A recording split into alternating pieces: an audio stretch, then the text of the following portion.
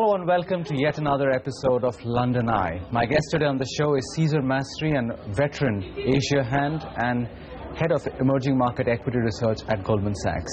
Caesar, a pleasure having you with me, and thank you very much for finding the time today. Very happy to be here. Thank you. We've had a great rally in emerging markets over the last couple of months. Are we looking toppish out here? Do you worry about that, or do you think it's the beginning of something more serious or trending in nature?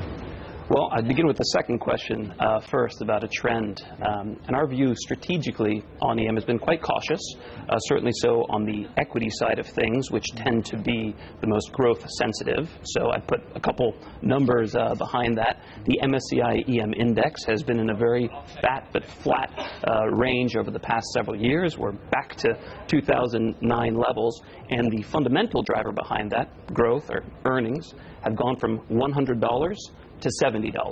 So you've had a decline in growth, and ultimately that's what would drive a sustained rally in EM. Now, you mentioned we've just come off of a pretty strong relief rally over the past couple of months. I think these are very sort of short-term up and downs. We've seen a number of these over the past several years, largely dictated by global macro, whether it's oil prices or the dollar or the Fed. And to use your term, are we looking a little bit toppish here? I think so. I think fair value for MSCI EM is 870, so a little bit above where we are today. There's still a little bit of room, but I would not expect a rally to begin today like the one we saw earlier this year. What would convince you to change your mind about this? And if I got it right, you're still saying that we are in the midst of this whiplash kind of movements, but essentially this is not a breakout from that overall holding trend. Correct. So I think the whiplash has really been caused by estimates of the Fed's ability or willingness to raise rates has been an important driver, because that in turn has affected the dollar, and there's a lot of circularity here. And EM is very sensitive to interest rates because the large sort of driver behind growth has been credit. So you ask me what would cause us to change sort of our strategic view.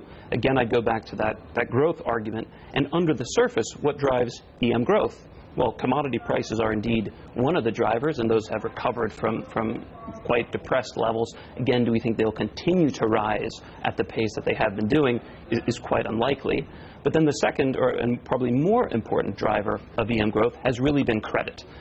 Some dollar-denominated, but a lot of domestic debt that has piled up on the balance sheets, particularly of the corporates. And I think there's an imbalance there that needs to be corrected before we see domestic growth return to the emerging markets. So if your view is that we are looking toppish out here, do you expect the market to go back and retest those February lows, or stop somewhere in between? So I'd say stop somewhere in between. If we revisit what happened December, January, and February to some extent, it was the combination of quite bad growth globally, specifically so in China. I think there were risks centered around there. Everyone was looking at the currency, which was much more volatile than it had been over the past several years. But also keep in mind, in the U.S., there was talk of recession risk. People were looking at high yield spreads, largely affected by oil prices as well. So I think to return back to the lows in terms of the price dynamics of EM is quite unlikely. You're not going to probably be caught in those same arguments that we saw earlier. But again, we've come off of quite a strong rally, and right now when we look at Fed fund futures pricing and things like this, there's a very low probability that you'll likely to see continued rises according to the market. That goes against our view of probably 2 hikes this year. So I think the capacity or the space for further relief is quite limited here. So when you say somewhere in between, are you looking at a 10-12% kind of a drawdown from here? So the way we think about it is PE ranges and earnings ranges. And I mentioned before the earnings level of MSCI EM has gone from 100 to 70, so we're about 70 currently. In the past 5 years, we've tended to see support levels at about 10 times earnings, and sort of a top level at about 12 times earnings. So that gives you, I mean, quite a wide range, but a range nonetheless. Right now we're in the low 800s. That corresponds with something like an 11.5 PE on the earnings. So if we went back to that 10 number, that is something like a 10% potential correction from here. Again, where I think it's going to be tricky is the catalyst for that, because right now, given the NFP sort of miss last week, the market is looking to get back into carry trades, and the idea that rates might not rise as quickly as some expect. What's your best bet on what pricks the bubble? I mean, if we're looking for a trigger this summer for a correction, of the three possibilities, that this is Brexit, which is the obvious one in a couple of weeks' time, or something happens from the US related to the Fed, or China comes back to the table. Of these three risks, which one would you rate the highest? Political risks, I think, are we see them in a number of places, so and very hard to discount that. But between the Fed and China, because those have been the two pillars of EM risk over the last several years, our view is clearly that the U.S. economy is quite strong. We think the non-farm payroll sort of miss of last week was a bit of a one-off. We'll obviously see how the data pan out. So it would seem probably more likely that the futures market, or the expectations of Fed hikes, will come back onto the fore, and that might cause a bit of a correction in EM. That being said, I think that is a surmountable risk. I think it'll be a bit tough when we price that, but after the fact, it's not going to prevent EM from rallying further. I think China is by far the bigger risk. It's very hard to say exactly how that manifests. We could spend all day talking about the credit dynamics, etc. But what I would say is what the market is most focused on is policymakers' ability to sort of manage the bumpy slowdown in the growth cycle there. So to the extent that some of the growth numbers disappoint in the short term, that can have a bigger effect on the broader EM complex. Do you see that happening this year? Those recession fears which dominated thought process at the start of the year coming back on the table for some reason, for some data point in the US or China? So certainly it's possible. That's not our base case forecast. And again, I think we do have quite a strong view, certainly in the U.S. In China, we flag those risks. And again, it's not the idea of recession or hard landing. I think that's quite hard to define. But it's the idea that you've seen quite a big stimulus. There's been a fiscal stimulus, monetary easing. And so far, we've seen an improvement in growth, but a somewhat tepid one in China. And so I wouldn't say it's, again, really thoughts of a hard landing or clear signs of it, but it's a dampening of some of the growth data there that can lead investors to be more concerned. I would emphasize, again, though, to the conversation earlier, I don't think this is anything like we would have seen in January and February earlier this year. It won't be as severe, I would imagine.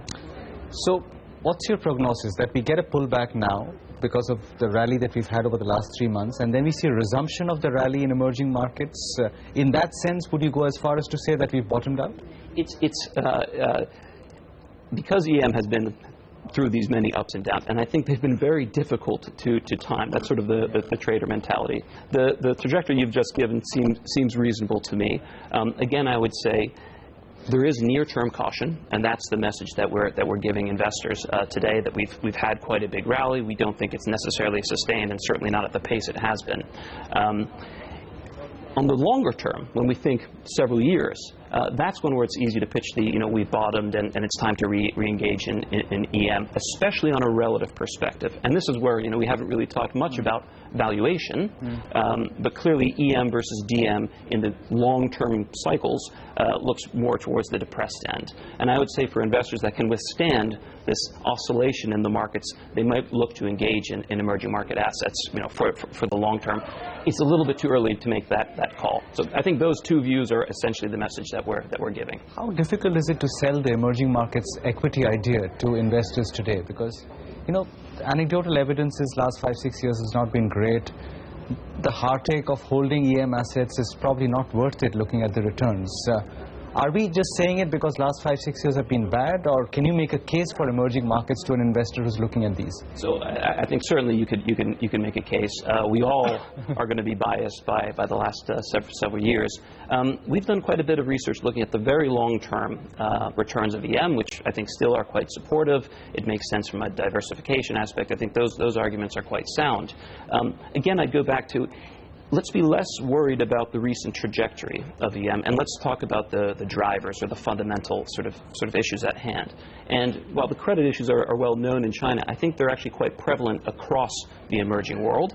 You've seen build-up in leverage, probably the result of very low interest rates, quantitative easing, etc.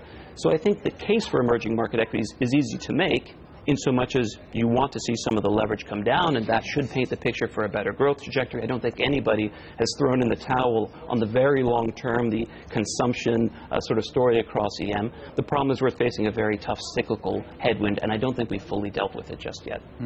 We've actually not had a very bad earnings quarter in India. Is there room for any optimism that the cycle for earnings is also turning around, or are we clutching at straws here?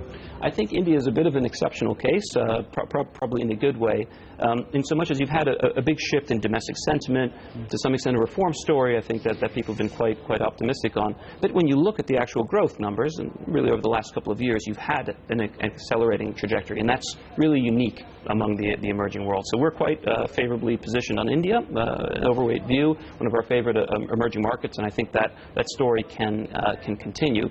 For the rest of the emerging world, again, we've seen a very sort of nascent pickup in growth due to the bounce in commodity prices. I'm not so sure that will be really sustained for the long term. I still think we face these cyclical headwinds elsewhere. Let's talk about Brexit for a moment. Has the market, is it appearing too complacent in light of the recent numbers which are coming out? As I said, I think political risks are everywhere. They're very difficult for us to discount. Putting that issue aside, I would also say that, again, in the relative sense, people have looked to the emerging world as a diversification story outside of DM. All I would say is that DM risks do manifest in EM. So if you have a risk-off view for DM for whatever reason, EM tends to be high beta to that. And so I still think that relative allocation is a tough one to make at this juncture. How did you read the recent U.S. numbers, the payroll numbers? Because, you know, the market almost heaved a sigh of relief. Is that a good thing or a bad thing, the fact that U.S. numbers could be weakening? So, of course, we would tend to take the fundamental view, which is it's always bad when there's bad data from a medium to longer term story. I think, again, the quick reaction of markets, and especially EMs, coincides with this idea that the Fed may not raise rates as quickly as it previously assumed. I mean, if you look at the Fed fund futures market, it's quite correlated, or I should say EM is quite correlated with that market. Now, why I would say it is concerning is because, again, we've gone to sort of the low end of how much support we can sort of price in for, you know, the lack of Fed hikes.